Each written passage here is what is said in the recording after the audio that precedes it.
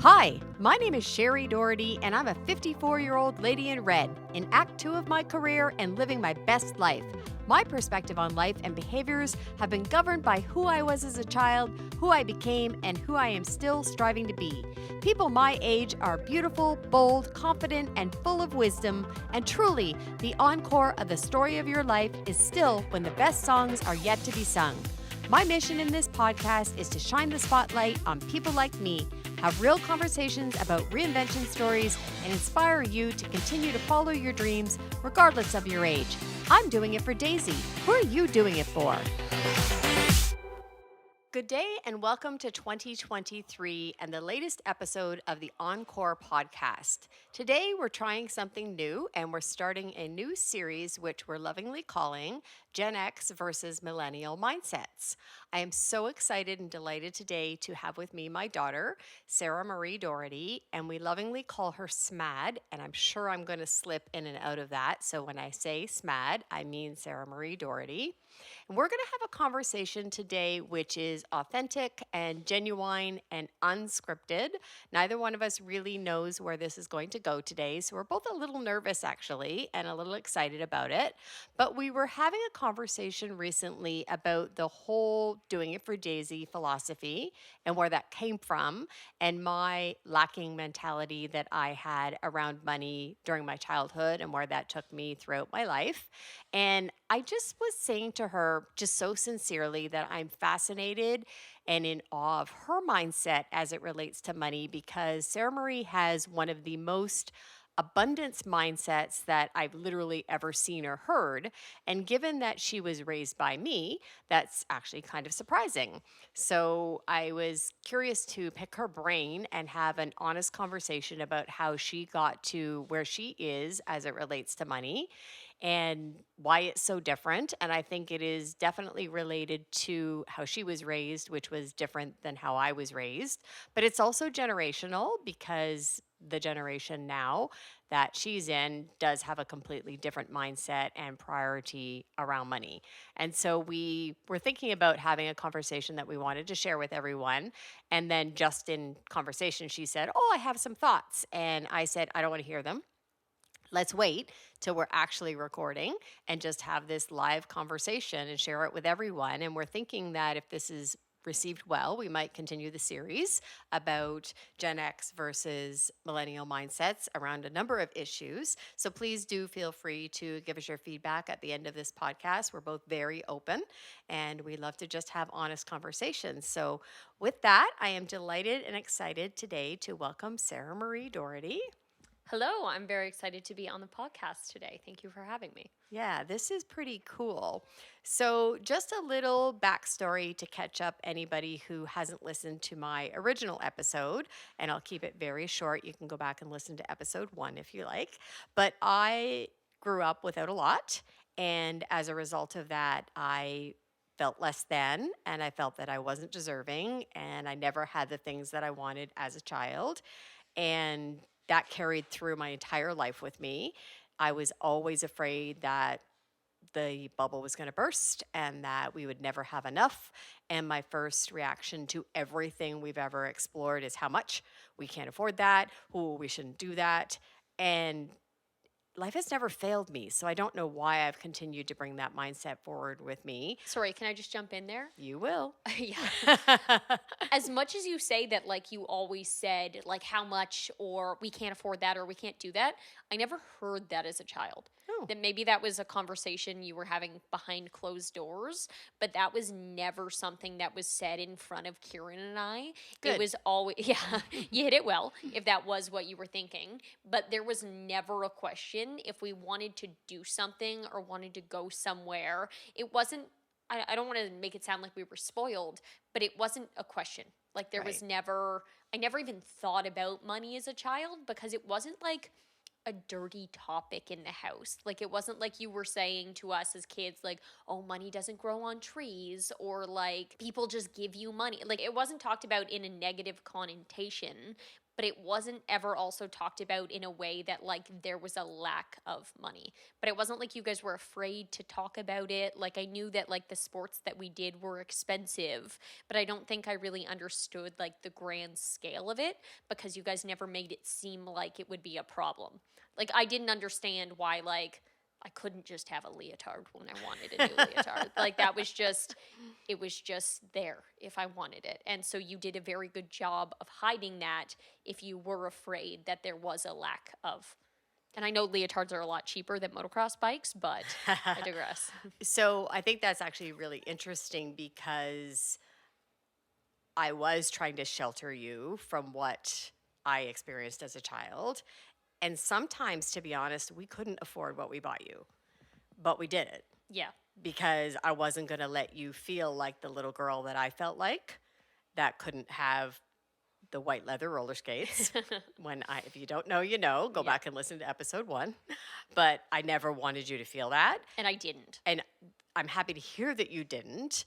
Now you're an adult, you can appreciate we were stretched. Like there was times when we had way too much credit card debt that I was uncomfortable with, but I was not going to let you feel those feelings ever.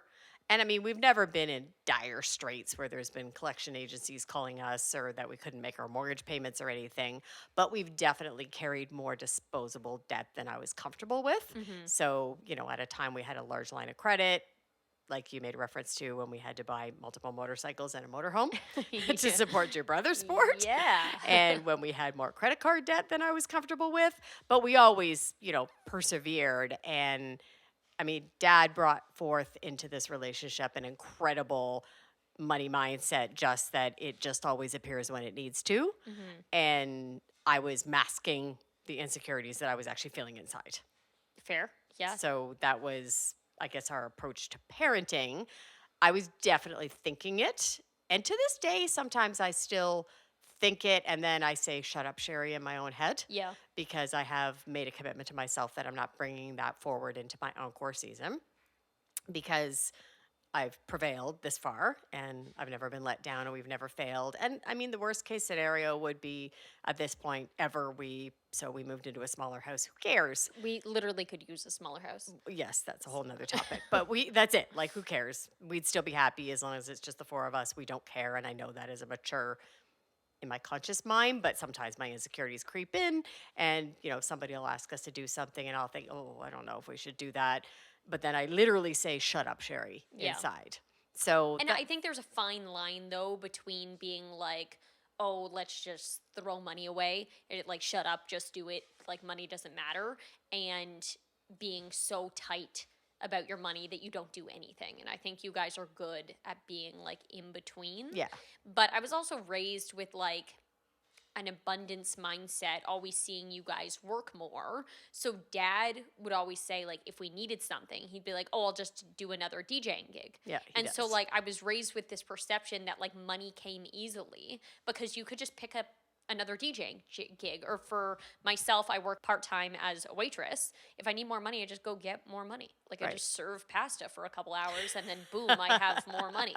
And I think that's like something that my generation understands a little bit more, like more of the contractual work, and that maybe we don't have traditional 9-to-5s, but we have, not everyone, but we have passive income streams, or there's different ways to make money now that didn't used to be. People can be content creators or use affiliate like marketing links, and there's just different ways to get money than I think there was in the past when it was just you had to exchange time for money and that was the only way to do it. Whereas now, personally, I sell digital downloads that I designed 3 years ago and uploaded on Etsy, and it took me 20 minutes to design, and I'm still making income off of that while I sleep. That's so you amazing. didn't have those types of opportunities when you were in your 20s. You could only exchange time for money, except for investments, let's say, Right. whether it be real estate, the stock market, or whatever. Right. Okay, so that's my backstory and my money mindset. So can you share your money mindset? Yeah, kind of just what I went over briefly there is that I feel like there's always enough. There will always be enough money. I have an abundance mindset, and money, I think my generation understands this a little more, is just a construct. Like, it's just something that was made up. It doesn't technically exist. It's just something that we trade for goods and services. And back in the day, you were trading goats, and now you trade digital currencies that for the most part, no one really has cash anymore. But I truly believe that there is always enough and there will always be enough. And I think, especially in the last couple of years, I've really come into more financial minimalism and saving in general, and different ways to save money. And one of my favorite content creators in the like financial literacy space says, if you need less things, you need less money. Right. And so if we're always being like, well, I need the next best thing or the newest thing, then you're going to need to work more in order to get money for those things. But if I don't need a new car, then I could potentially cut out, let's say, 10 hours of work a week and have more of my life back. And so I think myself and my generation is finding that balance between like needing less, so you need less money. And so it's a little easier to live when you're not stretched as far, trying to keep up with the Joneses or keep up with the Kardashians now is like the modern day saying for that. But I feel me personally in the last couple years, I've really come down from when I was a kid and all through my teenage years. I was obviously raised by you guys and influenced into, okay, we need the nicest things, we need the highest end things, because we were masking this insecurity that you had. Yeah. And I think because I grew up with an abundance, I always had enough.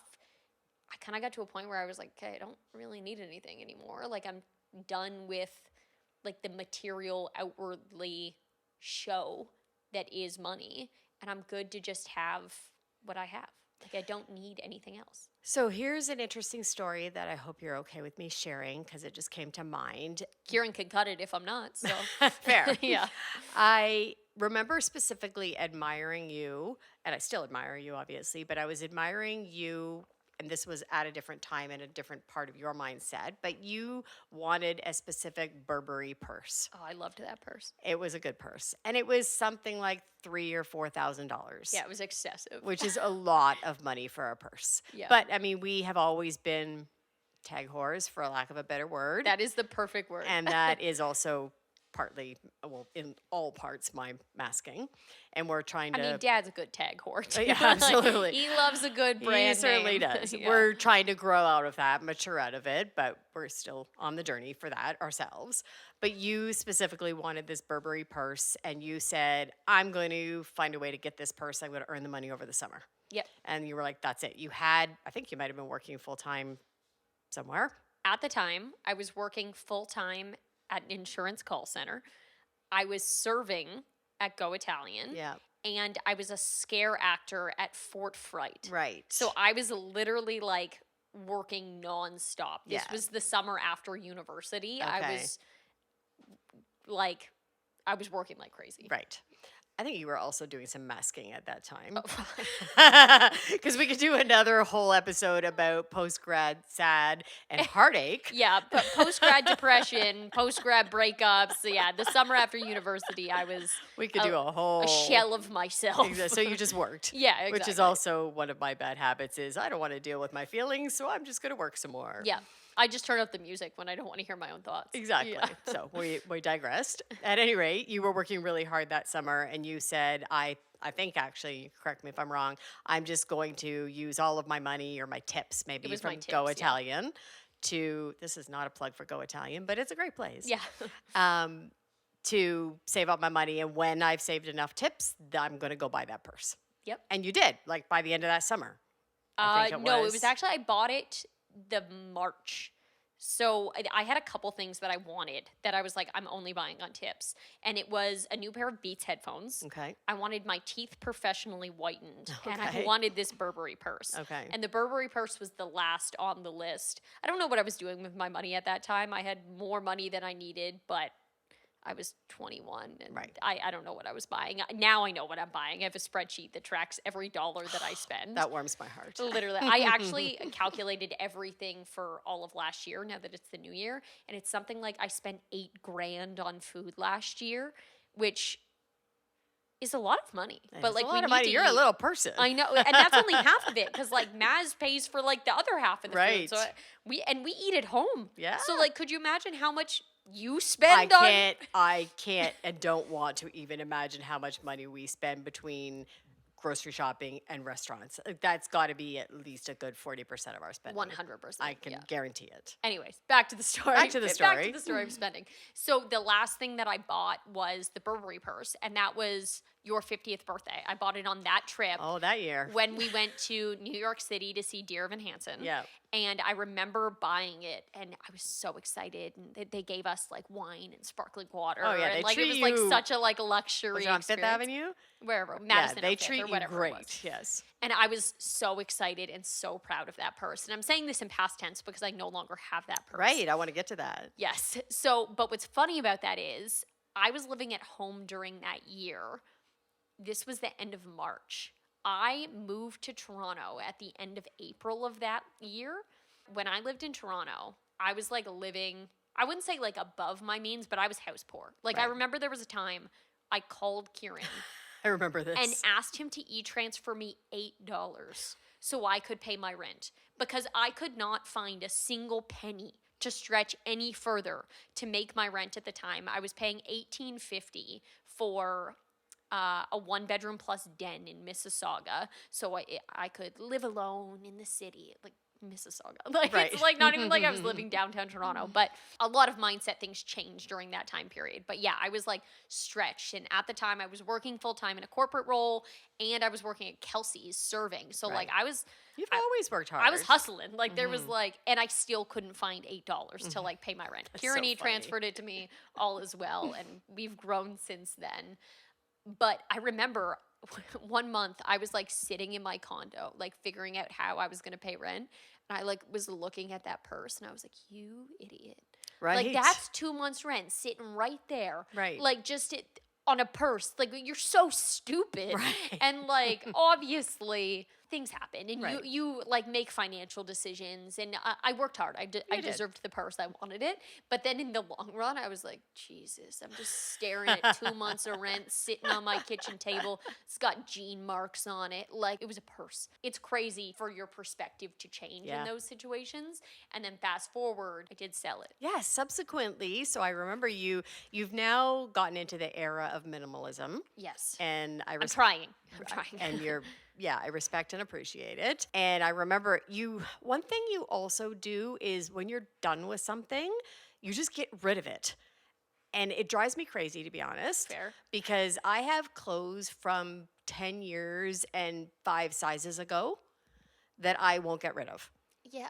And I think, well, if I'm ever that size again, I want those clothes. But you're not going to because they're going to be 10 years old at that point. But they were nice Okay. and they're expensive, and That's I fair. don't want to have to rebuy them. And what if I don't have the money at the time? Said my old lacking mentality. yeah. But you literally, I see you all the time giving things away, and it makes me insane because also your size hasn't changed. So you don't like it anymore. You don't see yourself wearing it anymore. You just give it away and you'll buy some more. And I respect your money mindset, but you just assume you'll have more money to buy more things when your tastes change again. Yeah, fair enough. And like you said, I have been the same size for a long time. So I'm very fortunate I do still have clothes from like grade 10. I know. That I still wear. And I'm like, well, it still works. Like it's an Under Armour long sleeve. Why would I get rid of this? Right, Like there's yeah. nothing wrong with it. But I think little trends that I bought into over the last couple of years or in the pandemic or whatever, that I'm like, I'm not going to wear this. Or like I went through a phase in university where I was wearing like dress clothes to the bar. Like, I don't know why. Right. I was trying to be older than I am. But like, why do I need 12 Tommy Hilfiger dress shirts that I work from home in leggings now? Like I don't. What if you get a corporate job again? Which I doubt you will. What- But if you ever got a corporate job again, wouldn't you need those? I probably wouldn't be wearing these Tommy Hilfiger shirts anyways. Right. And I think I'm now more, and this is something I'm struggling with personally, to be honest. Now that I am getting into this era of being more minimal and more, honestly, environmentally conscious Yeah. about my consumption, the fact that I own a clothing store pisses me off. Oh, okay. Let's And- unpack that. Yeah. I feel like that's like something to unpack fully for another time. But I feel like a hypocrite not buying things because I know that it's damaging the earth and then selling things to other people. Right. And so I struggle with that. Okay. And that I have so little not that I have so little, but like I so little consume for myself, but then am pushing other people to consume. Right. And so that is something that I struggle with my like personal morals versus my business morals. Okay, interesting. Yeah. I know that you've started your vintage arm. Yes. To address a little bit of that, and there's maybe just a different journey or path. And one of our future episodes will be environmental mindsets from my generation versus yours. Yeah. So just to wrap up the original story, you did come along and say you were going to sell this purse. And I said, are you crazy? You worked so hard to get that. It's a beautiful, timeless purse that, you know, you worked so hard for. Why wouldn't you just keep that piece forever now that you have it? And you were like, meh, I'm done with it. Honestly, I do regret selling it. Oh, do you? I do, yeah. Like, it is something I do regret now. I sold it in the pandemic when I was just kind of, we had just moved. I had moved in with Maz, and we were kind of purging some stuff. And I thought, like, where do I go anymore? Right. Like, and at the time, like, there was no end in sight for, like, when am I going to need this luxury bag again? And now I'm like, I miss that bag. Yeah. Like, that is, I'll be honest, that is one thing that I do regret selling. And I sold it for maybe 1/4 of what I bought it for. Right. That being said, something that I do address when I'm buying something is I like to work out the, like, cost for the value. Yeah. So when I'm buying, let's say, an everyday piece of clothing, I can only really justify it if I know I can get it down to basically $1 per wear. Right. So like a couple weeks ago, I bought a pair of new like yoga pants from Aerie. They were $30. Okay. You've seen me wear You'll them. wear them more than 30 like times. 12 times I think already. I've already seen you wear them 30 times. They're a beautiful color. Yeah. They're like a camel, yeah, nice. They're beautiful.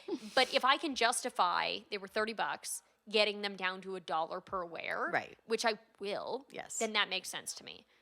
That's right. like an easy purchase. Yeah, makes Whereas sense. now with more like luxury pieces, even with like the Burberry purse, I had it for 3 years. I carried it every day. Right. So like you did get a per use. I got it down to like a good value, so it helps me justify it in that capacity. But I do miss the item. That is something that I do regret selling. Interesting. Okay. Mm-hmm. So a couple of other stray thoughts as you've been talking that I want to get to. I'm curious if you developed the mindset you did because you didn't experience not having. And probably. I don't know that you have ever or will ever, to be honest, you're on an amazing, secure trajectory, will ever experience lacking or being the kid who couldn't have the thing.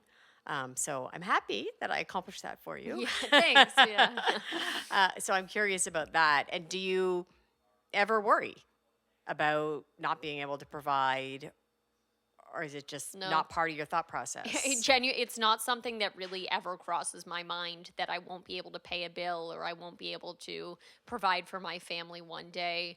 Like I was saying earlier, I genuinely just believe that money is abundant, and there's you could go on Indeed right now and see thousands of jobs of people looking to hire people. So if I needed more money, then I could work as a person at home answering customer service calls for Bell. Right. Or I could design more digital downloads or walk dogs, or there is a constant flow of money traveling through the universe, and it can stop at me. There's no reason why it can't come my way. So no, it's not something I've ever thought about. But when I do have children, the same general idea that if they need less, I'll need less money. Right. So they don't necessarily, it just it gets a little bit into the environmental conversation, and we can do that full thing another time for sure.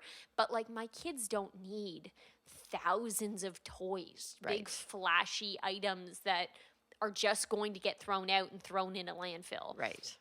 And so when you look at things with the perspective of it's just an item, I'd rather give my kid an experience and pay for them to have a trampoline Right. or something rather than just some nonsense item that's just going to get thrown out. Because think about like the cost per use of our trampoline when I was a kid. Right. Like we got that thing was paying for itself. Absolutely. Like by the time we got like the highest end, nicest trampoline, it was probably what, like $2,000.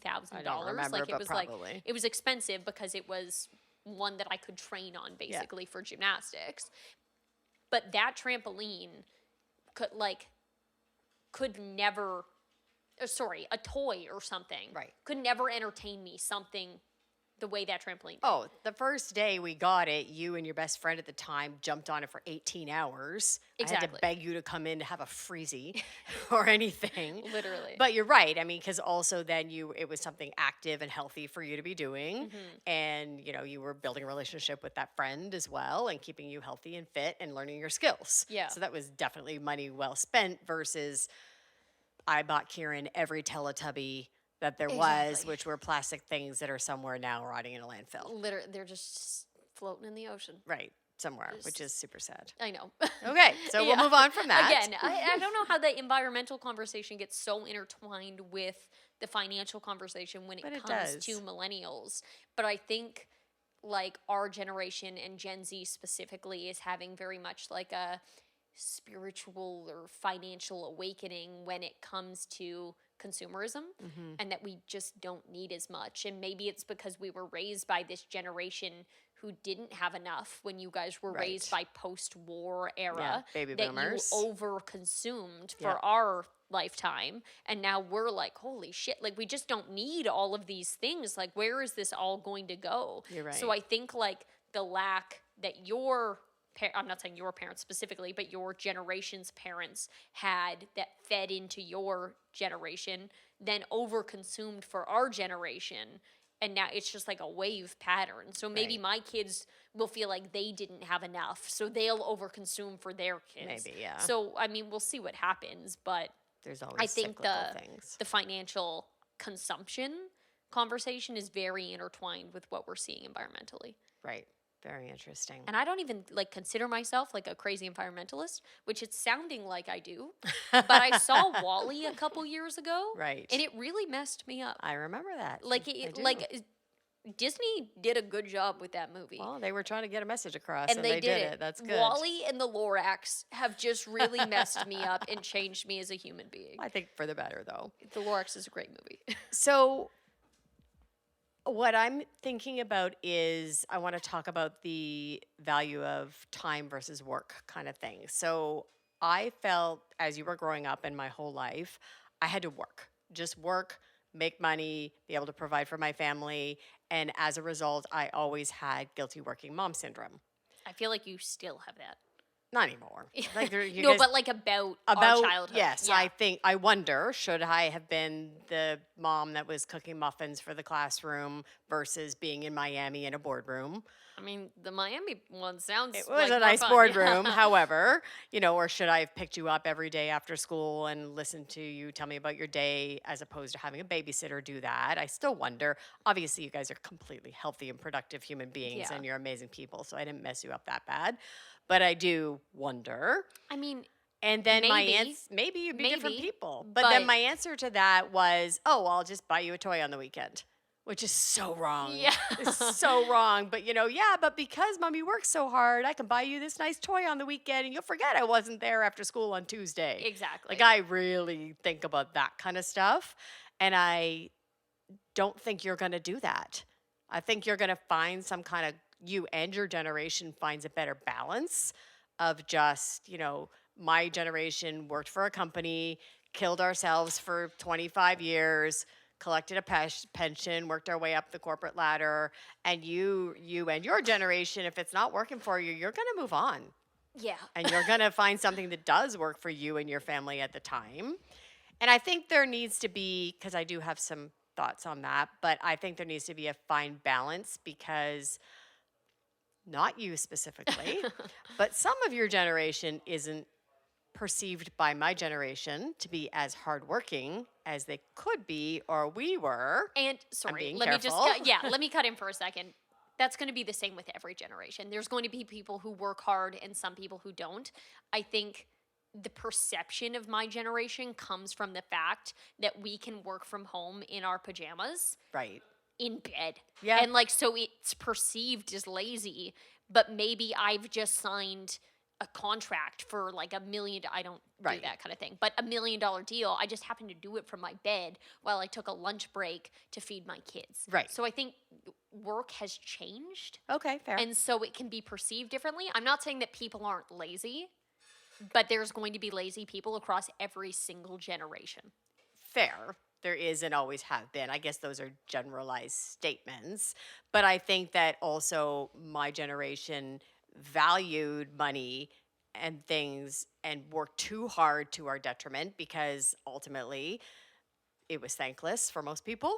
We've learned that there's no loyalty to corporations, and we've learned that maybe that wasn't a way to spend our life. And so we can learn something from yours. I think there's a middle ground.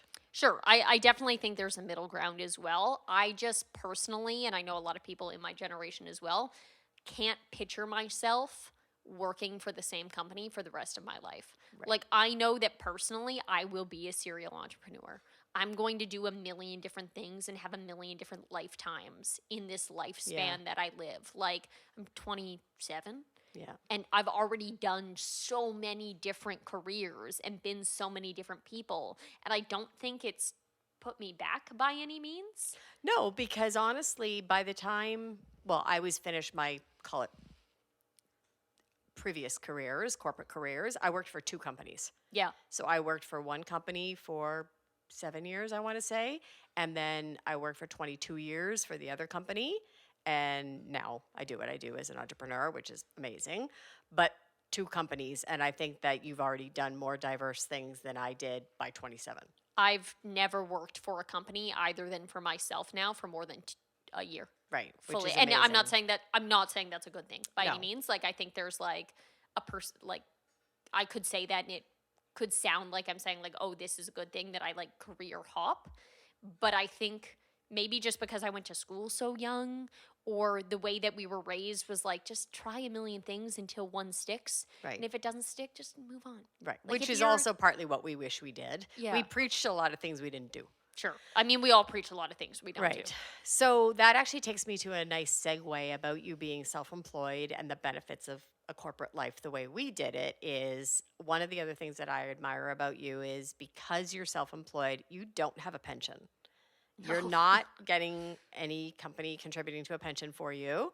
And I know you're already contributing to your own retirement fund, which is so admirable. And I wish that I started contributing to my retirement at your age. Things would be very different right now.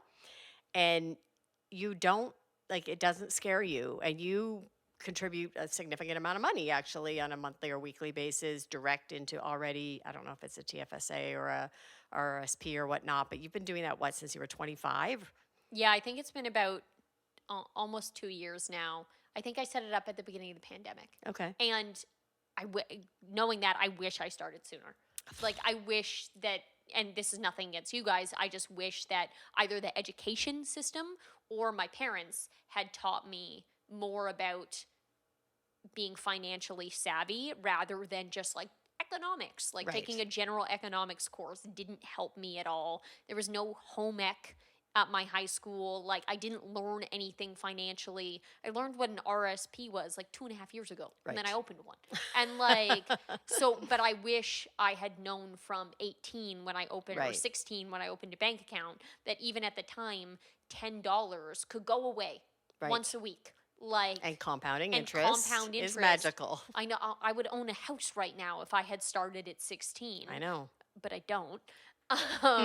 You should meet a realtor. Yeah. I wonder if you know one. But I wish I had started earlier. So it's funny you saying, and knowing that you're also in a good financial space now, that like, you wish you had started earlier. Oh my goodness. And I think there's always going to be like, oh, I should have started yesterday. I should have not done this. But I am very fortunate that, yeah, I do have these accounts set up now and investments set up that I will be okay in the future. But yeah, I don't have a traditional pension. But even if I worked for a corporate job, and this might be a controversial thing to say, I don't think there'd be anything left for me anyways. Well, the issue is Like- you're not going to be able to rely on Canada Pension That's Plan what I'm 'cause saying, It's going to like- be bankrupt by the time you get there. I'll be lucky if I get any. Even if I invest in it, Right. I'm not getting any of it. So I might as well just do an independent pension. Right. But like even I could use insurance. And that's not something I have. My teeth are killing me. Like I desperately need to go to the dentist. So, But that we is- do know people who could hit you up with a program for that. Yeah. Also, one day you're going to be a military partner, so you'll Exactly. have benefits. So As hold out. soon as this man gets a full-time contract, I am sprinting to the dentist. So That's I do. It does help that I've found my partner and know that there will be some sort of safety net, Like a stable. like a stable government Yeah. like job Yep. with him being in the military. And I think if maybe we were both full-time entrepreneurs, it might be a little bit more scary. But I think with entrepreneurship as well, there's no salary cap. Right. Like I can make as much or as little money as I want to. Of course, there's going to be like factors of, oh, I need to get clients or I need to have product or supply chain or whatever. But at the end of the day, like if I want to sell more t-shirts, I'll sell more t-shirts. Like that's how I would make money. You also, though, like, I don't know if this is the right words, but like you're not too proud to say, like, nah, I'm just going to serve. Because Yeah. serving is quick cash. Oh, literally. And there's a lot of people who are like, I'm not doing that. Yeah. And I love your hustle, and I love that you do silly things like you made reference to earlier about being a scare actress at a Halloween haunt. That was fun. That was really fun, and you made some cash, and so you'll just pretty much do whatever it takes, but also like not to the detriment of your relationships or your health or burning yourself out because you have an incredible balance and an incredible money mindset. Yeah, I would never take a serving job that would have me working past 10 p.m. Like it's Yeah. just like not happening. Well, first of all, you couldn't stay awake that late. No, exactly. So yeah, but that all being said, I know that my ego is something that I need to work on when it comes to that, because whenever people ask me, even when I'm serving, like, oh, like, do you serve here? Like, how often do you work? I always say like, oh no, I own my own business. Like this is just, Right. and I don't know why feel like I need to justify serving Yep. because it is a fantastic job and it's an incredible industry to be in, and I'm awesome at it. Like I'm not gonna be humble about No, you that. are I have good at I have customer great service. customer service, and that's because I've had a million jobs and been trained by a million different people, including Disney. The mouse himself will give you the best customer service experience. But I don't know why I feel like I have to justify my actions when I don't have to prove to anyone what my financial situation is. Right. But that is a hurdle that I know I have to overcome myself and not just jump to, oh, no, this is just my part-time job. Like I have Right. other things. Yeah. And so I know that's something that I'm working towards getting better with. Well, thank you for being honest. That's like sincere, and I appreciate that. We're all on a journey of evolution, as you know, and we all have our things that we struggle with, but I think that's great. I think we should wrap it up from there. Do you have any closing thoughts or anything that we didn't touch on at all you wanted to chat about? I would ask you, from a millennial to, what are you? Gen X? Gen X. What would be the one piece of advice you would give someone my age looking back on everything? For sure, it would be about the investing in your retirement now. Okay. And I know you're already doing that, so that's fantastic. But I so wish that I had started even $10 a week at 21 because compounded interest is magical. I also, what I've learned through my recent journey in the last couple of years is your identity is not what you do for a living. Yeah. And I learned that through an identity crisis. I just preach. And you watched it, so I mean, I had my own. I get it completely. Yeah, so I think that you can't be Shari from this company or Smad from that company. You just need to be Shari or Smad. Yeah. And be happy with who you are, because those things can be gone in a flash, and you need to have lots of income streams to support your life. It was funny. I remember, I don't know, 5 or 6 years ago, Dad and I had a good, solid 4 to 5 income streams between our side businesses and our full-time careers. And I remember joking, saying, "Oh my goodness, could you imagine if they all went away one day? Like we'd be in big trouble." And then they did. And then they did, except for Dad. Except for Dad. So Who'd have thought Terry Doherty would be the stable one in he's this a rock. family? Yeah. So yeah, that was weird because when the pandemic hit and our businesses, including his DJing business, wrapped up during the pandemic, we didn't have our cheer company and I didn't have my corporate career and there was no DJing and I was just reinventing myself. When you think, oh, I have 5 steady income streams and then you have one, You're like, oh. you take a moment and go, wow, that really could happen. Yeah. So yeah, I think that would be my thoughts and advice that I would share. Another question for you, and I know Okay. we touched on this recently as a family, just in conversation. What is the number one thing that you regret purchasing in your life? Probably The dirt bikes? No. Probably our Mercedes Okay. because it's very unnecessary. A lot of unnecessary things we bought on your 50th birthday. It seems Well, that's there was a theme. lot going on that year. Remember, that was the year of change for both Kieran and I. Yeah. And there was a lot of change happening. So So you were like, I need to buy a Mercedes. I need to buy a Mercedes to prove to the world I'm still good. Yeah. No, it's lovely to have a luxury car and I really enjoy it. And yes, I had turned 50 and I thought, if not now, when? To have signed of this great looking car. What I've subsequently learned is we should never have bought it brand new. You could have got the exact same flashy, good looking car that was 2 years old that somebody else would have paid for depreciation on. Yeah. And that would have been a smarter Daisy decision. That being said, I also brought a brand new car this year. You so I did. can't say that I've learned from that mistake, but it is good to know for the future. Yeah, absolutely. But those, now I'm going to have a nice wrap, actually. Those are the kind of future decisions Daisy makes. Yeah. And as you know, I'm on a journey to try and do it for Daisy, which is the principle and the theme of this entire podcast.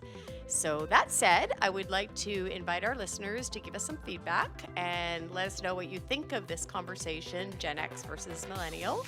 And I really appreciate you sharing so honestly, and I love that we actually have never had this full conversation unrecorded. So this is sincerely authentic, and wish you and everyone else an amazing day and an amazing 2023. Thank you for having me.